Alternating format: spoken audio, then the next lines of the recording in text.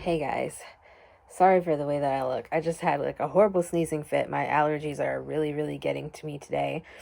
But I wanted to tell you guys about something really awesome that my church actually did for not just our family, but for numerous families within our local community. And they did something called Project Shine. So basically, what it is was they asked you to nominate a family, or you could nominate yourself if you were a person who needed assistance. And basically, the type of assistance that they were offering is assistance with utility bills. So, ever since my husband got burned at work, we were struggling because my income was the only income. And so, like, it was just really hard for us to pay rent plus all of the bills plus the utility bills. And, it was just piling up and piling up. So, by the time that I nominated us for Project Shine, we had a utility bill for electric and gas that was $699. Now, that's because we're on the budget plan, so it doesn't really go off of the amount that you actually use per month, which I need to see how we can get switched off of the budget plan because our usage is nowhere close to what we're being charged per month. Like, we owed $699 because on the budget plan, they charge you $233 per month.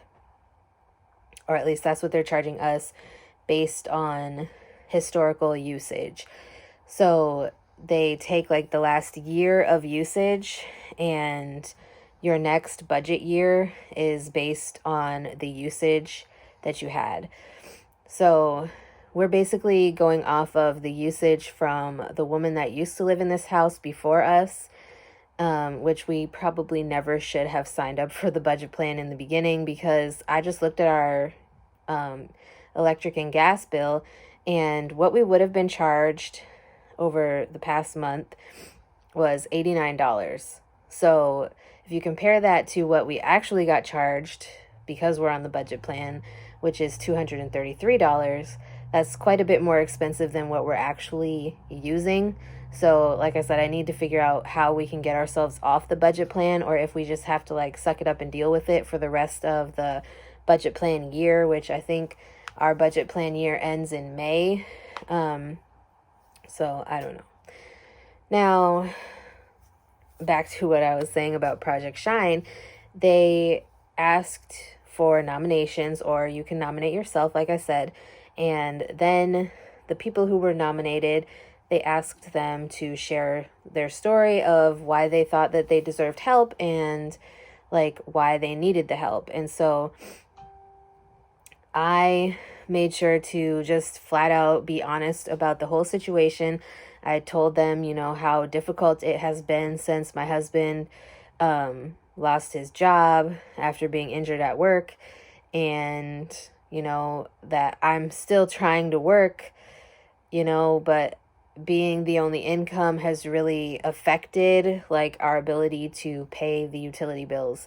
And so I was really surprised. This past week, we got an email from she's basically like a community outreach person at the church that I go to.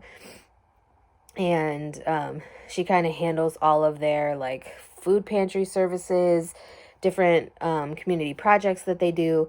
And she said that we were chosen to receive some help, and that we needed to send them a copy of our NIPSCO bill, which NIPSCO is, I think it stands for Northwest Indiana Power Service Company or something like that. They do the electric and the gas for our house. So we sent that over, and yesterday I went and checked, and from the $699 that was due on the bill, now we only have $324 that's due, which is super amazing because that takes a lot of pressure off of me. It takes a lot of pressure off my husband. Like, I was really worried about how we were going to be able to afford stuff. I will just be honest. Because we are really struggling right now, like severely. And so that just took a whole weight off my shoulders. And I think it's a really cool program that they did. And I'm really, really curious. I hope they put out like the number of families that they were able to help through this program, because like I said, I think it's an amazing thing to do, especially with everything going on in the country, in the world currently. Like, a lot of people are struggling, and a lot of people are about to be struggling even worse because states are talking about locking stuff down again, and imposing more restrictions. And so I just think it's important for everybody to remember that, a lot of people are struggling. A lot of people are having a lot of difficulties. And then you add the holidays on top of that, and it just like magnifies things even more than what it already is. So anyways, I'm super, super grateful. If I do find out like how many families they were able to help, I may share it on here. I may forget to share it on here, but I feel very grateful that we live in a community that has a wonderful church who does these community projects. Like, they do a lot of stuff throughout the year, but this was just something that they chose to do. So then it kind of makes the holidays a little bit easier for families. That's how she worded it in the email or the voicemail that she sent to my husband's phone before our phones got shut off. But, I'm just very glad that, like I said, we have this resource where, we were able to ask for help and we received the help, and I couldn't be more thankful. So anyways, I shared this story with you guys, one, to share what a great church I go to, and, what a great church we have in our community.